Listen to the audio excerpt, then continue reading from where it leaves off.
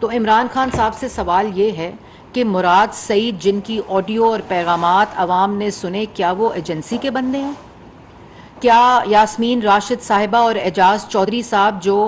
मुख्तलिफ तनसीबात पर, सेंसिटिव तनसीबात पर, अमारात पर हमले की हदायत दे रही थी, पेट्रोल बम्स की हदायत दे रही थी, पुलिस वालों के सर फाड़ने के हदायत जारी की जा रही थी, क्या वो एजेंसी के बंदे हैं? क्या जो आपके तमाम क्यादर टिकट होल्डर्स, एमपीएज और टिकट एप्लीकेंट्स जो हैं, और आपकी जो टाइगर फोर्स जिसको बतौर वजीर आजम आपने बैज लगा लगा कर तैयार किया, वो सब जब 9 मई को दहशत गर्दी कर रहे थे और अहकामात दे रहे थे और सेंसिटिव तनसीबात के ऊपर, लोगों के घरों के ऊपर, हस्पताल, स्कूल, मस्जिद, जानवर मंडियां जला रहे थे, शहीदों की और गाजियों की यादगारों की बेहुरमती कर रहे थे, स्कूल जला रहे थे, तो क्या वो सारे के सारे एजेंसियों के लोग थे?